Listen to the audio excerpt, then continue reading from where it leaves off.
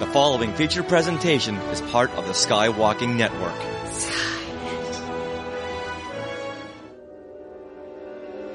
Welcome to Star Warsologies, the podcast about science and other academic fields of study seen in Star Wars. I'm one of your co-hosts, Melissa Miller. I'm a freelance science writer and contributor for Star Wars Insider magazine. And I'm James Floyd, your other co-host. I also freelance write for Star Wars Insider magazine. This episode, Star Warsologies, is going to chat about earthquakes, geophysics, and Star Wars. Our guest expert today is Dr. Wendy Bohon, an earthquake geologist and science communicator. Hi, Wendy. Hey, thanks for having me. I'm so excited to be here. Yay! Yeah, we have lots of fun things to talk about because Star Wars has lots of planets and that blow up and have issues. Tell us a little bit about your field of study, what you do, and also a little bit about your Star Wars background and Star Wars story. Yeah, so I am an earthquake geologist. A lot of people think I'm a seismologist. Totally understandable. We do very similar things. Seismologists study earthquakes and the way that the waves from earthquakes travel through the interior of planets. And that teaches them a lot about what's in the places that we can't actually go to and look at. I, as an earthquake geologist, focus more on the surface of the earth and the way that earthquakes impact the rocks themselves, the traces that they leave on the landscape. So I can read the rocks in the landscape to learn about earthquakes that happened in the past and interpret that to understand how they could impact us in the future. It's like a continuum, right? The seismologists are studying the insides of the planets and I'm studying the outside of the planet. So my Star Wars lore, my husband and kids are super deep in the lore. I have seen all of the Star Wars things. I've been around it. And we recently, as a family, did a deep dive back into everything and have spent the last month rewatching movies and shows and having deep discussions. So it's actually been a wonderful chance to connect with my kids and really geek out on some of the Star Wars lore. And I've been looking at the movies and everything through a geologist lens this time, which was also really exciting for me. So thanks for that opportunity. Yay, I love this. Bringing families together and deeper into Star Wars. That's great. I love it.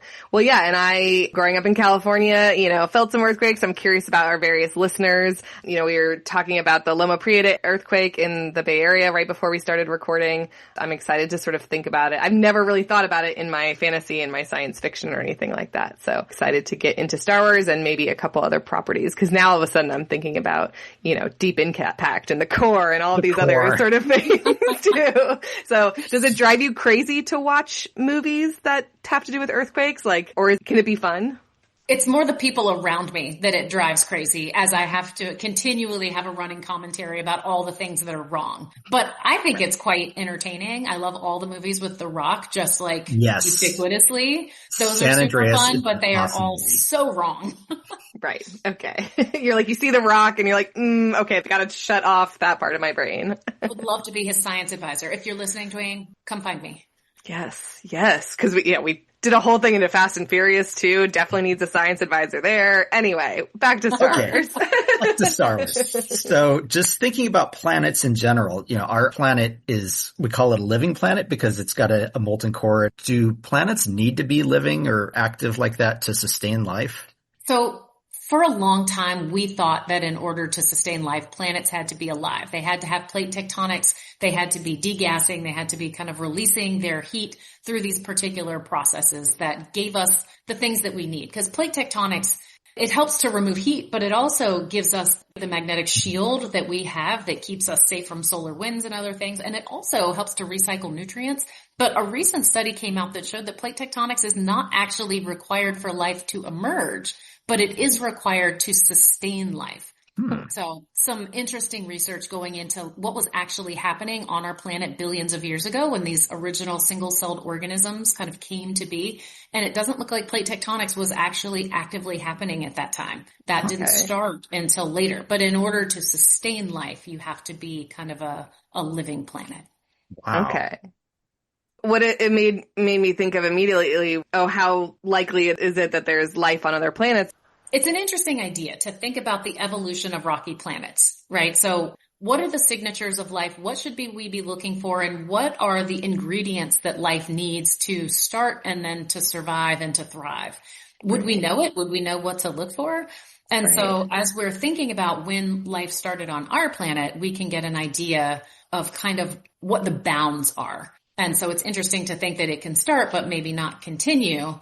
And then as we just think about the evolution of planets in general, how do we understand that? And we have neighbors that we can look at, right? There's 4 rocky planets. We have Mercury, Venus, Earth, and Mars. So we can look at all of them to kind of understand what's happening and understand their plate tectonic situation, whether or not they're alive or not, or some continuum they're in, right? Because there's evidence of earthquakes on Venus. There are Venus quakes, and we know that there are Mars quakes. Mm-hmm. We put a seismometer on Mars to measure Mars quakes. There's moon quakes. Those are all evidence of tectonic activity. But like, how much tectonic activity do you need, and in what timescales do you need it?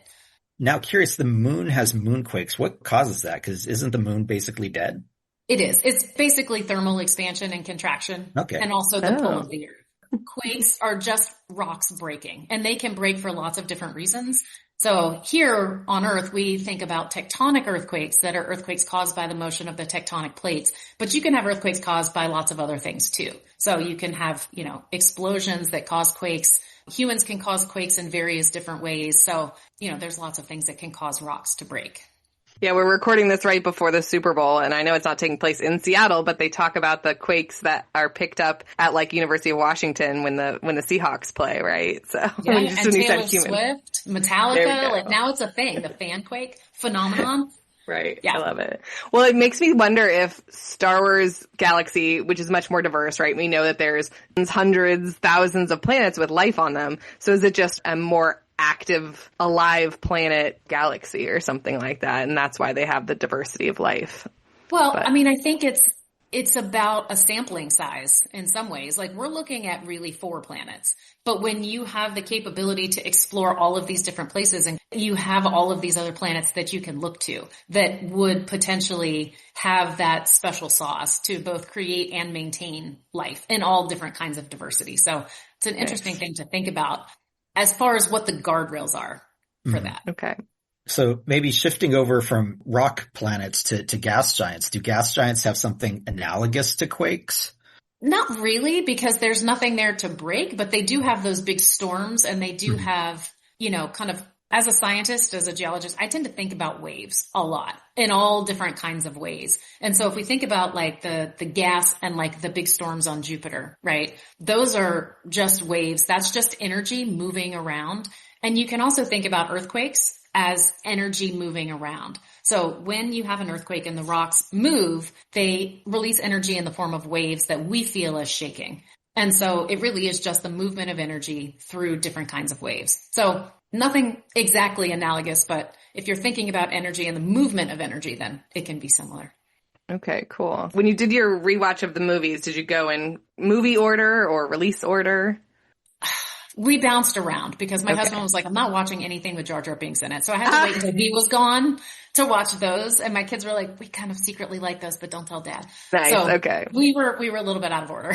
Okay. Well, speaking of Jar Jar Binks, right, whose home planet is Naboo, I'm probably along your husband's lines in terms of feelings about some of the things in episode 1. But the underwater sequence, this watery core, the fact that the quickest way to the other side of the planet is through, like, any thoughts on that from a geologist?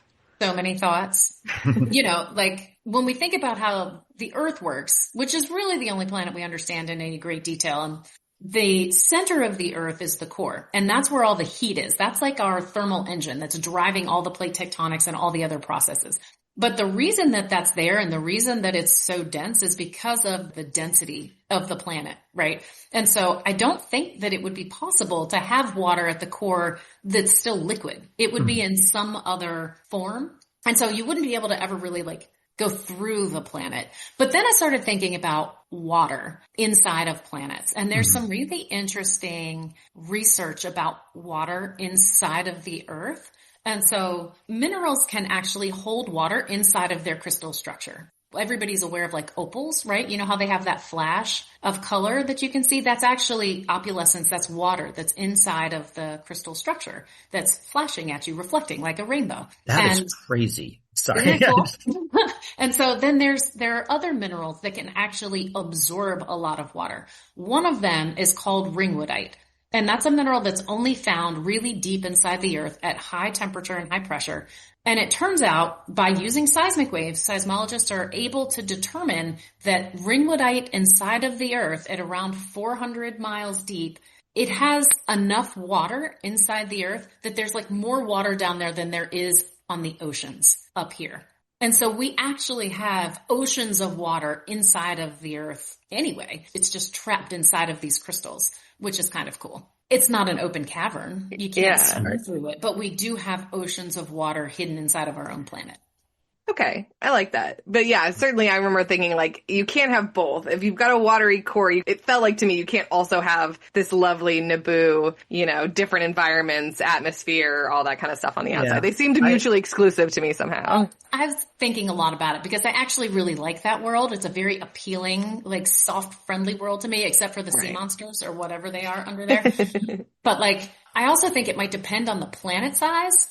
And so if it's like a planetoid and it's small enough, is there some sweet spot where you're not building up enough pressure in the center where you could actually still maintain some kind of watery situation? Maybe not in the center, but at least in the deeper interior. Yeah. Right. Okay. I was thinking that really it's still just crust level water that's underground. Like, cause again, you'd get so far down and, the pressure would just be destructive to anything. So I figured it doesn't go down all that much and they just call it the core because, it's deeper from where they are. That's just my thought. And so they're just zooming around from, one area to another, but they're basically still on the crust. And it's just that they have these gigantic, I don't know, would they be basically aquifers? But aquifers are, again, water in minerals, right? Yeah, it's like water inside porous rocks. You can almost think about it like sand that has a bunch of water in there with it. So it's almost like caverns. That was kind of the vibe I was getting. Huge underground caverns. And you can actually maintain really large cave systems as long as they're filled with water because the water helps the rock above it to be buoyant and so the top doesn't collapse. That's when you see a lot of cave collapse, or is when the water gets drained out of the cave system and the roof of the cave is no longer able to support itself because it's not buoyed up by the water underneath of it. So as long as it stays filled with water, like they should be fine. Okay. I think a lot about water inside of the earth happening. Yeah. We're obviously talking about the right planet here. Right. And and I mean, when I was 16 and saw that movie or whatever, I remember being like, cause I love ocean. So I'm like, yay, Star Wars is in the ocean right now. But at the same time, I was like, if they'd called it anything else, if they had just said the fastest way to the capital is through the water, I would be like, sure, okay. But they were like through the core and I was like, I don't know about that. Don't you love like, where exactly is the suspension of disbelief? You're like, I'm willing to accept all of these things, but that is a bridge too far. I find that. I have embraced this part of myself clearly, and I'm doing a podcast about it. So. Another interesting thing about water, since we're just talking about water and what happens and holding water inside of crystals, if you think about the Cascadia volcanoes, right, from like Washington State, Rainier, all the way down to like Mount Lassen in California, they're in a line. That's because you have, and again, it all comes back to plate tectonics. You have the Juan de Fuca plate that's diving down underneath the North American plate.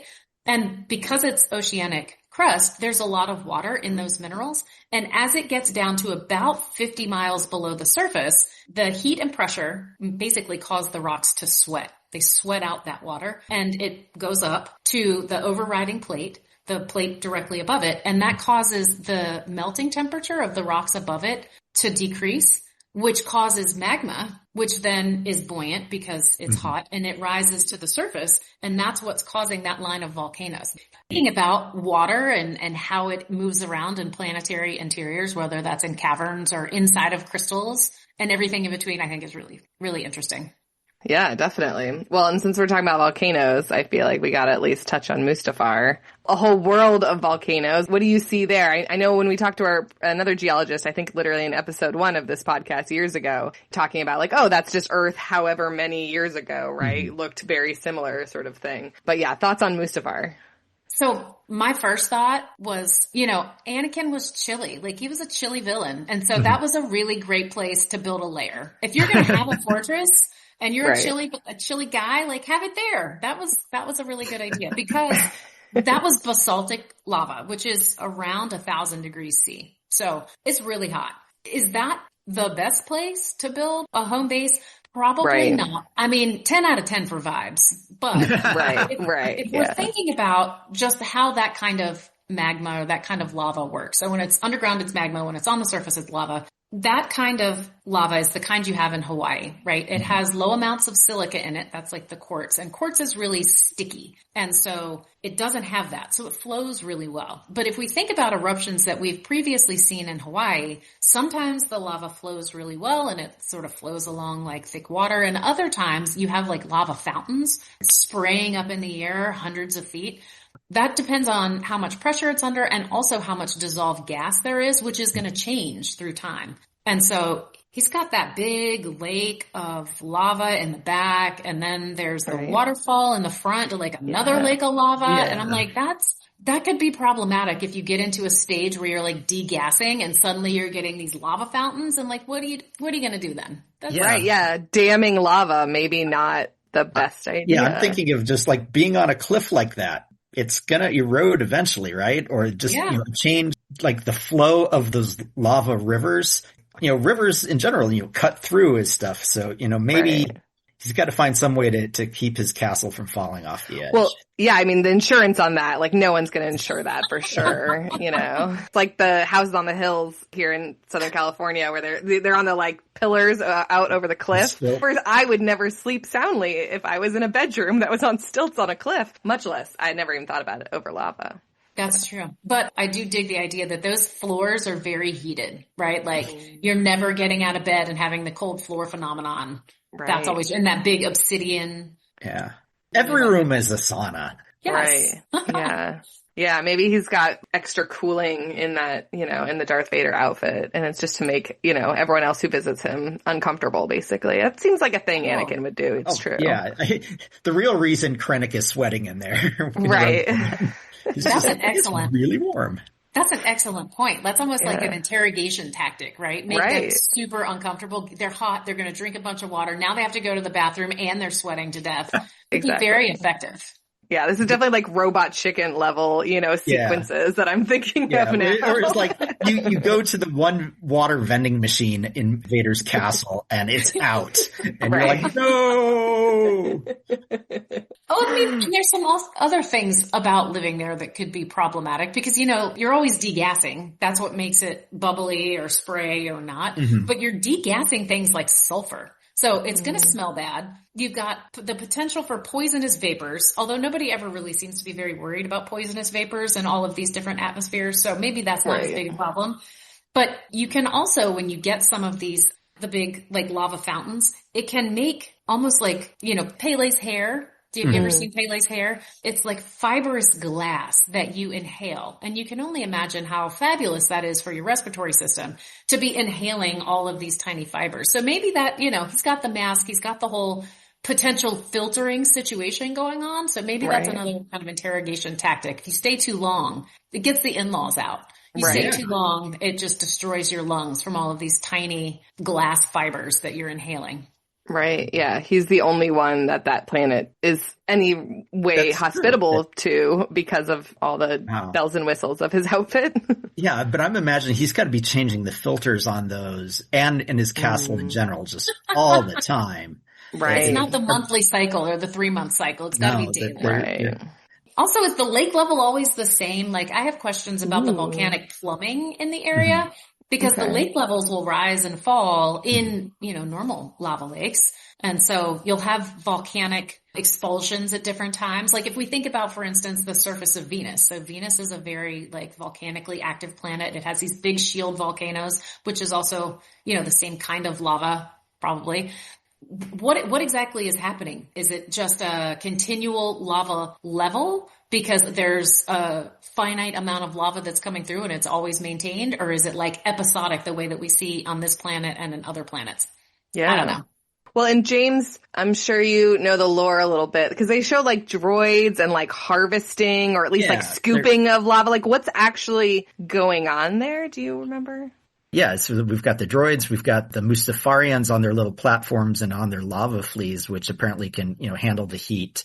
I'm curious, is like, what are they getting out of there? People are always Right. mining things on other planets, and we never Right. really understand what they're mining. Well, and it's good background Star Wars stuff, right? Like, it's what I actually really like about the Star Wars galaxy is there's always someone doing something somewhere, even if we don't get to know why or who or whatever. But just thinking about, like, you know, Wendy wants to know more about, it's not tides, but, you know, right, the flows and stuff like that and how it changes. You know, maybe the droids are there doing some scientific, you know, monitoring, some data collection, you know, so that they could build this fortress and waterfall and stuff like that. I don't know. Now I'm curious, are there tides? On a That lava planet. control Like or on the lava planet? tides? I don't think so.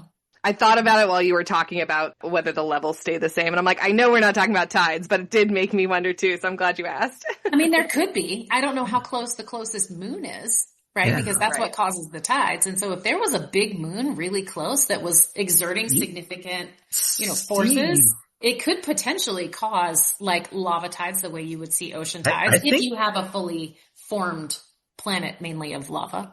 Cool. I think there could be, because I think when we see Mustafar, there's like a giant, I don't know if it's the moon of a gas giant or something, but there's got to be some huge, I'm going to go Star Trek here and say gravimetric shear.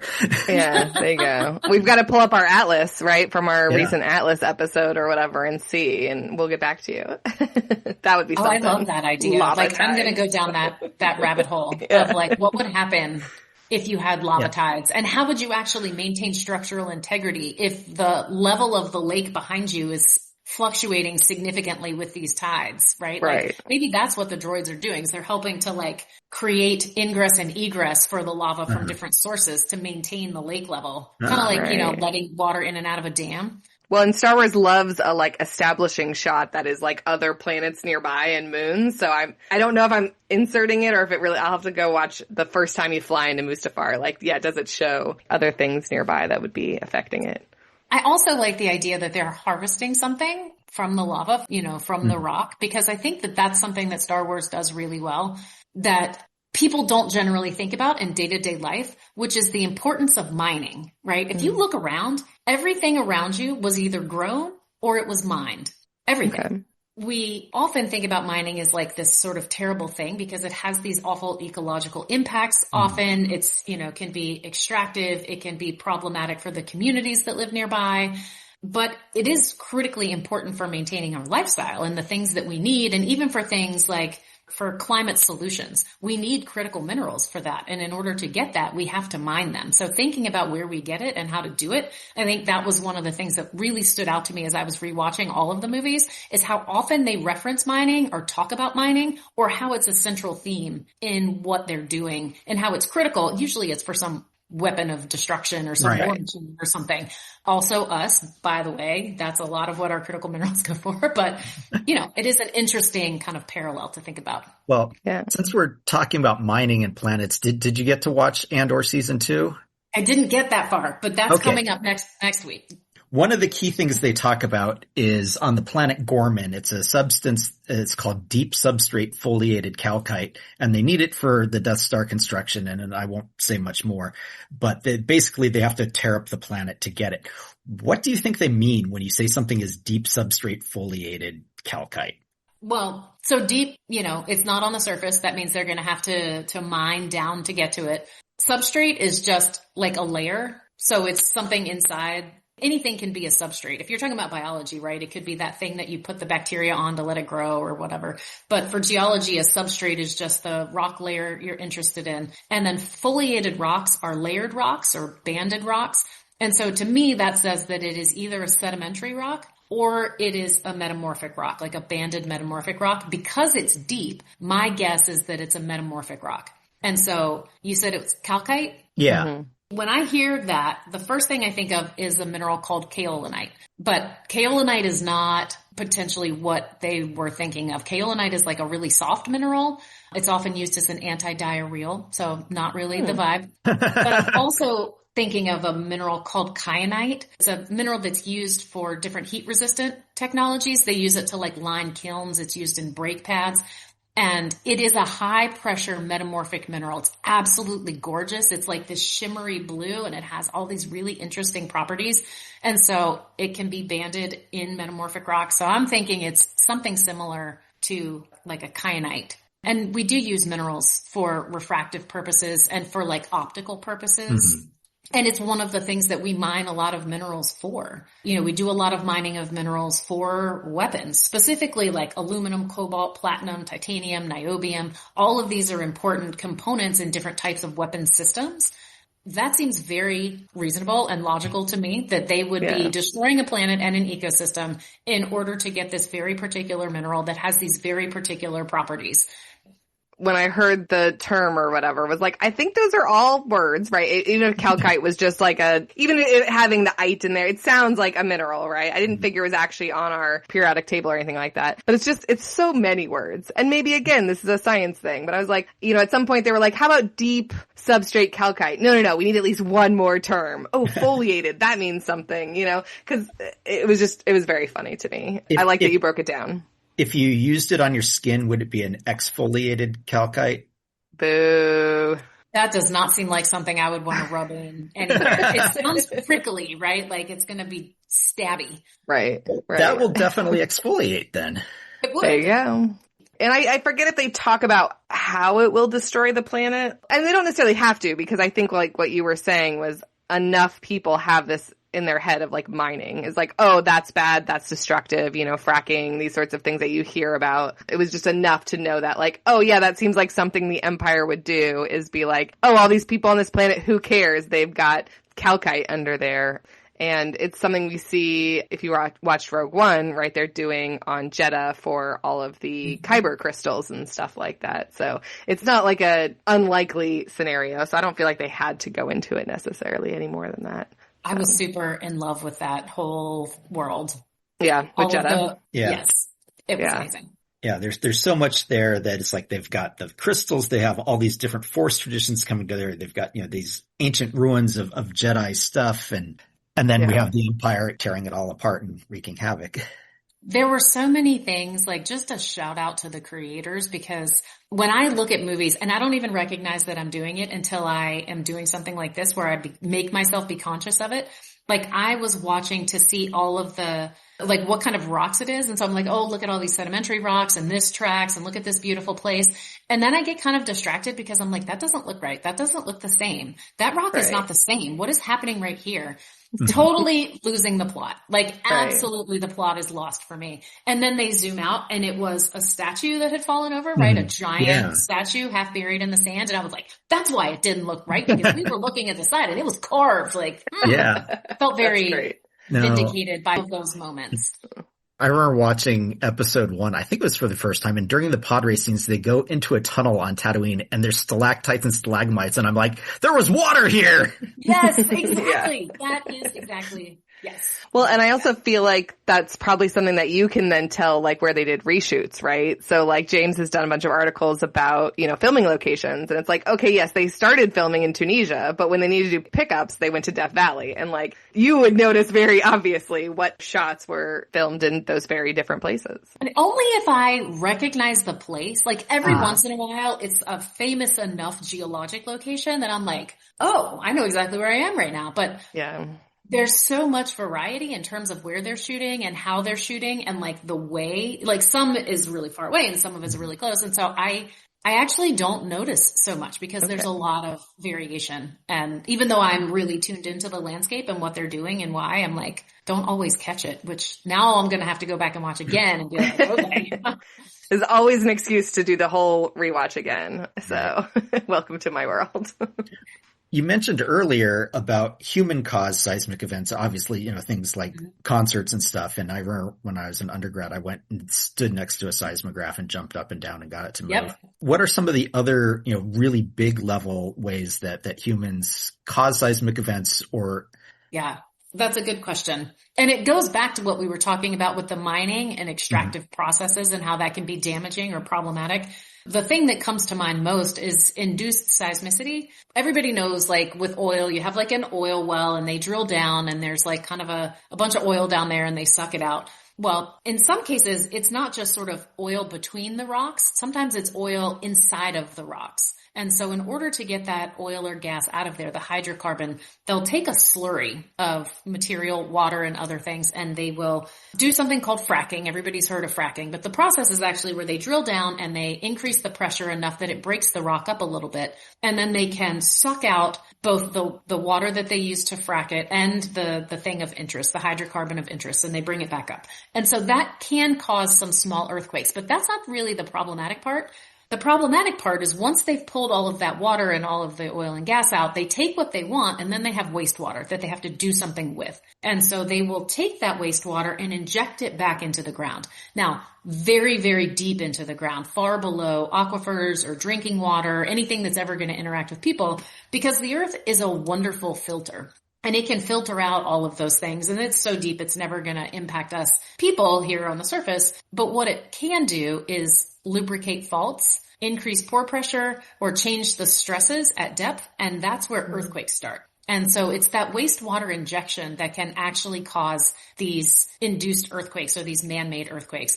And some of them are big enough to do damage. In 2011 in Oklahoma, there was a magnitude 5.7 earthquake that was the result of wastewater injection. So these are really big earthquakes that can sometimes happen. And it's not like they just inject a little bit, like it's millions of barrels of wastewater injection over time. And so we now know that that's something that can happen. And so a lot of these companies are working with the communities, working, with other industries to make sure that they're limiting the amount of wastewater they inject so that they don't change the pressure and the stress at depth and cause problematic earthquakes. Here's a fun fact. There was a period of time where Oklahoma had more magnitude 3 earthquakes than California. Wow. That is not how that is supposed to work. No. Okay. Yeah, that's wild. No, that's a really good explanation. That's not something I really understood before. I'm just wondering are the other ways to get rid of the wastewater are obviously probably also bad. Because it's got to go somewhere. So it's like, are earthquakes actually the preferable thing? I don't know. If this is really grim. Well, that's one of the questions that kind of goes along with mining. It's like there are things that we have to do in order to improve our lives. Right now with fossil fuels, obviously that's the mode we're in. We're trying to get out of that and move towards greener technology. But greener technology and things that are going to help us in the climate crisis require things like critical minerals that we get from mining, which is also an extractive process and historically has happened in countries where people are marginalized and people are exploited in that mining process. And so part of it is how do we do it better? How do we do it ethically, morally, responsibly? So thinking through that with a different lens, I think is really important. And so I really enjoy these world building exercises because I think it allows us to use our imagination and get outside of the bounds that we have of budget and of countries and NATO and all these other things that are constraining, but it allows us to imagine what we could do in an out of the box way. So I think it can be really helpful to do these kinds of exercises. Interesting. Well, thinking about weapons, I don't think they really go into it again, but is it Force Awakens where the Star Killer base? Right. Yeah. So they turn a whole planet into a Death Star equivalent, right? It's a reactor, something's going on in there. They're using, one assumes already the magma inside this planet to shoot off a giant laser and blow up an entire system. What did you make of Star Killer base? That was my bridge too far. I was like, oh my God, no, I can't. My kid's like, this is amazing. I was like, I cannot even with this. But I did watch the planetary explosion things with interest because I don't know if it could explode a planet, but there were scenes where I thought it was really interesting, right? And I'll tell you why.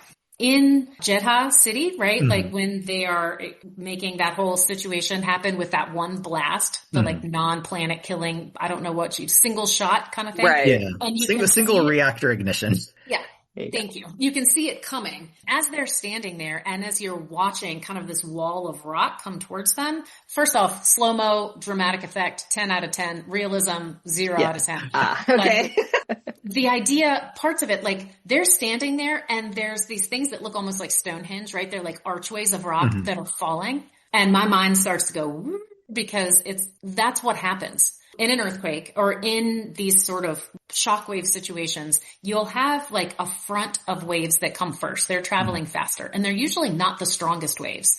And so they're standing there and they're shaking from these initial waves. In an earthquake, they're called the P waves and they travel the fastest. And then you have the real strong shaking that comes after that. And that's like in an earthquake, that would be the S waves and then it would be the surface waves. And those are what cause the most damage and destruction.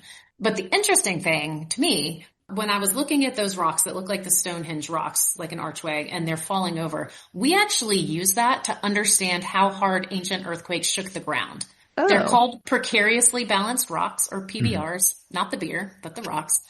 And if you think back to like beautiful desert shots, you know, there's always like a sunset and then there's this big rock and it is on this impossibly tiny pedestal, a little strand of rock. And you're like, how is that possible? Well, how does that possibly work? That is a precariously balanced rock. We can figure out like how long it would take for that particular rock to erode in that way. And then we can also figure out the force it would take to knock that rock over. Mm-hmm. And so we can figure out that an earthquake has not shaken the ground with X amount of force in X number of years because this rock is still standing here.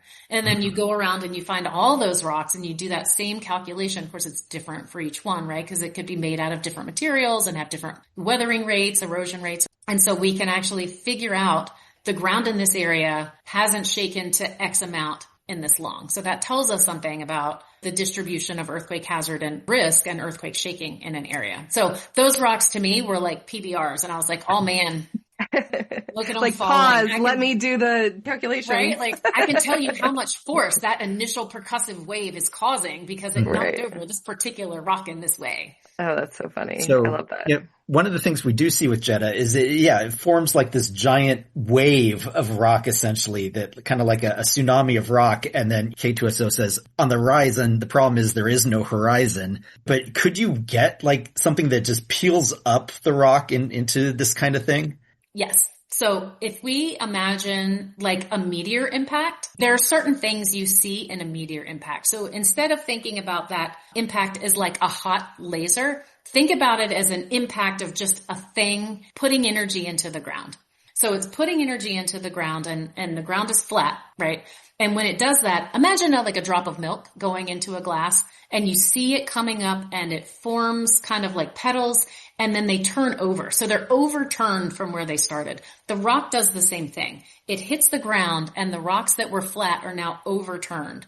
So if you imagine before the impact, there were rock layers A, B, C, and then it flipped, what you're going to see is C, B, A, and then A, B, C underneath. So you're actually going to have overturned strata all the way around, just like that tsunami of rock that you see. But I would also expect from that particular shot to see the same thing that you would see from a meteor impact, which is something called a tektite. And these are drops of vaporized rock. So it hits and they just completely vaporize and then they reform into these droplets and then they fall to Earth. And so that's one of the ways that we recognize meteor impacts is because of overturned strata and because of the presence of tektites. So if we were to visit that planet, were it still alive around in that area, I would be looking for the overturned strata. I would be looking for tektites. I would be looking for shocked quartz or whatever the kind of ubiquitous, hard, most rocky-like rock there would be.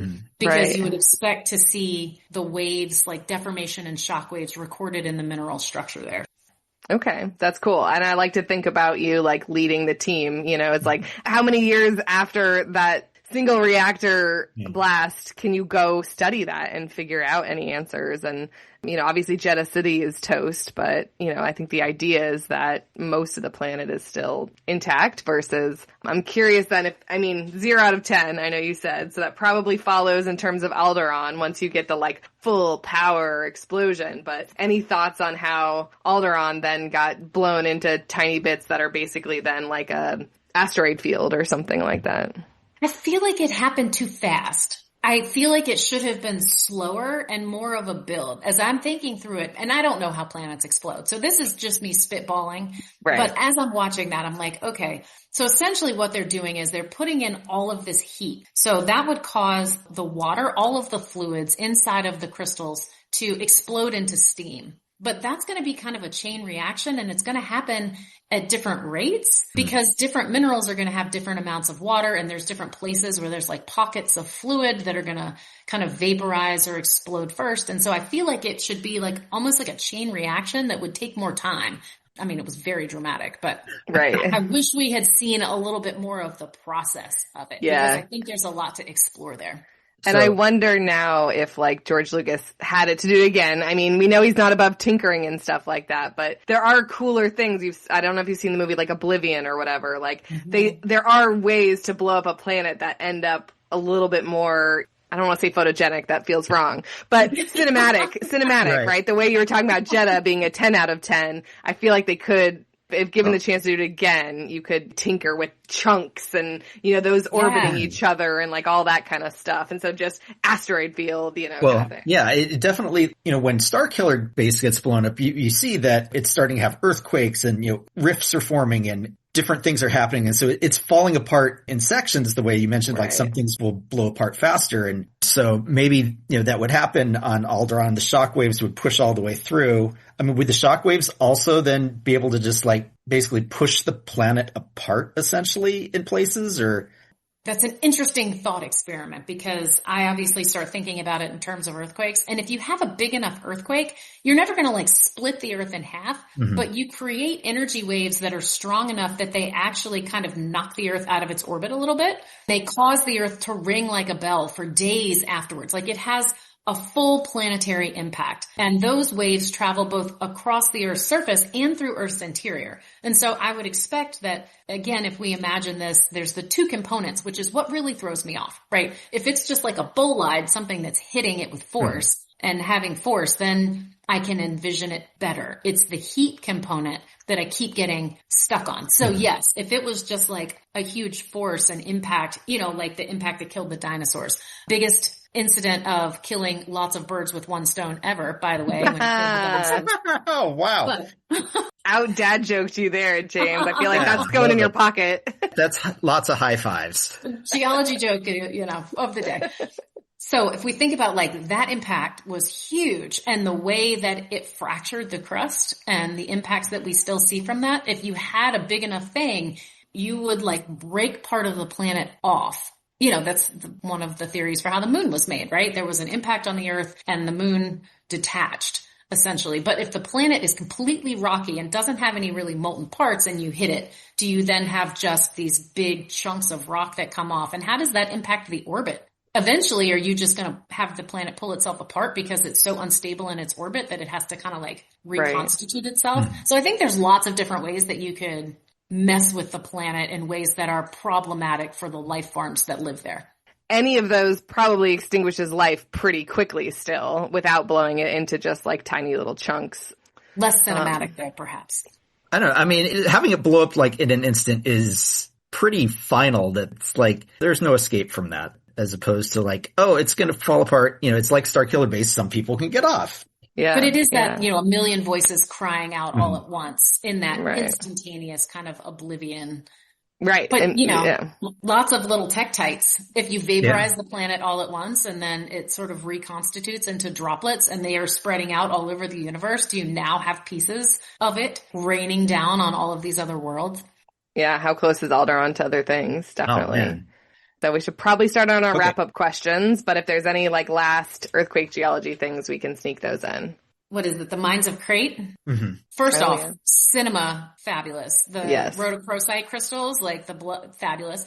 But as they're flying through the mines with all of those gorgeous crystals, my favorite part of any of them, by the way, was that whole sequence with the crystal foxes. Shocker. But it made me think about the Cave of the Crystals, Chihuahua, Mexico. I don't know if you're familiar with it, but it's worth a look because it's the same vibe, right? You have something that does not seem like it is of this world. It is selenite crystals, so hydrated gypsum crystals, essentially. And the biggest one is almost 40 feet long. It is this otherworldly cathedral of crystals that is very similar to that. And so I was looking at the mine and kind of have this idea of how the crystals formed in the Cave of the Crystals. And, you know, you had this magma chamber and then you had this superheated water that it eroded the limestone, causing caves, and then it filled it up with water that had all these dissolved minerals. And then the minerals were able to crystallize out into these caverns and just grow to these enormous sizes. And so I was like, how would these crystals grow? And if they're like rhodochrosite, like would these have eventually been filled with like superheated gas or superheated liquid? And what would that be? And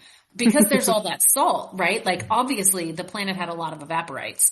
There was water and it all left. Where did it go? Did it go into the ground? Is it in some huge like water-filled core now? Or did it evaporate out, which would imply that the atmosphere on that planet is problematic and is releasing all of these important gases into the universe and not keeping them where it needs to be to sustain life? And then what's going to happen to the crystal foxes? It's a lot of good questions, though. I love it. If we ever do a Last Jedi 2, I also want an update. Okay, so tell us about your favorite Star Wars character. I'm so basic. For me, it would have to be Leia. And I'll tell you why. She was the first female character that I ever saw represented in a movie where she was strong, smart, didn't need anybody else. You know, she was doing her own thing. And if they had just like listened to her and let her do her thing, it would have been far easier from the get-go. She was always an excellent role model that I didn't see growing up outside of that movie. Right. There's nothing basic about that. I love it. Who's your favorite? My favorite is R2-D2. He's basically the protagonist of every movie, in my opinion. And James, I don't even remember now. Oh, I have kind of two. The basic one is Chewbacca because he's like your best friend. He's your conscience, but he's also there when you get into trouble. You know, he's right with you. Then my other one is Hondo Ohnaka, the space pirate from the Clone Wars and Rebels and stuff, simply because he has the best one-liners. Yeah, I can see that.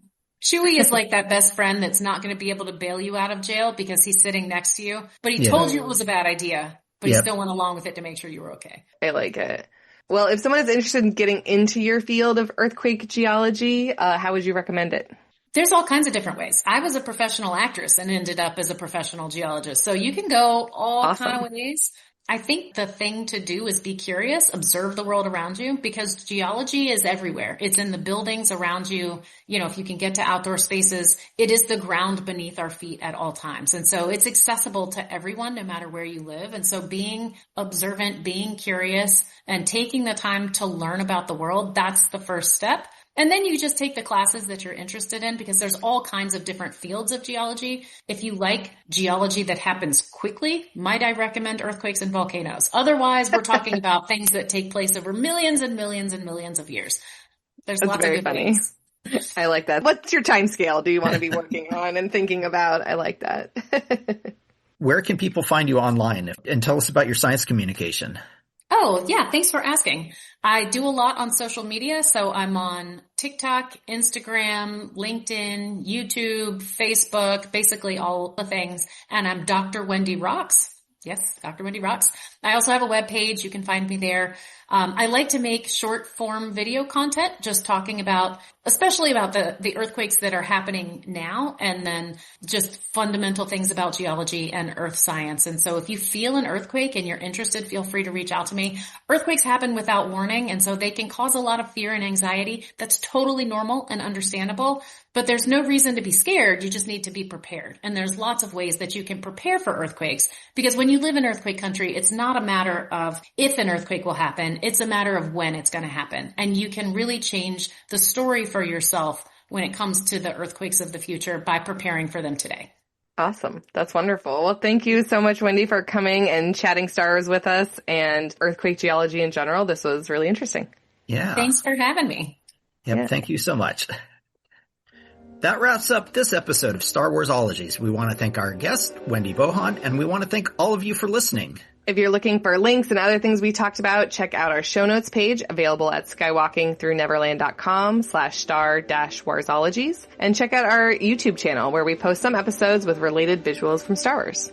If you have an idea for a topic for Star Warsologies or know an expert we should interview, let us know at Star Warsologies on Instagram and Blue Sky, or at starwarsologies@gmail.com. No topic is off limits, even wondering if there's a time-traveling, gambling holodrama called Sabacc to the Future. We also have a fan group on Facebook. It's the Star Warsologies podcast fan group. If you want to check that out, join us and chat with your fellow listeners.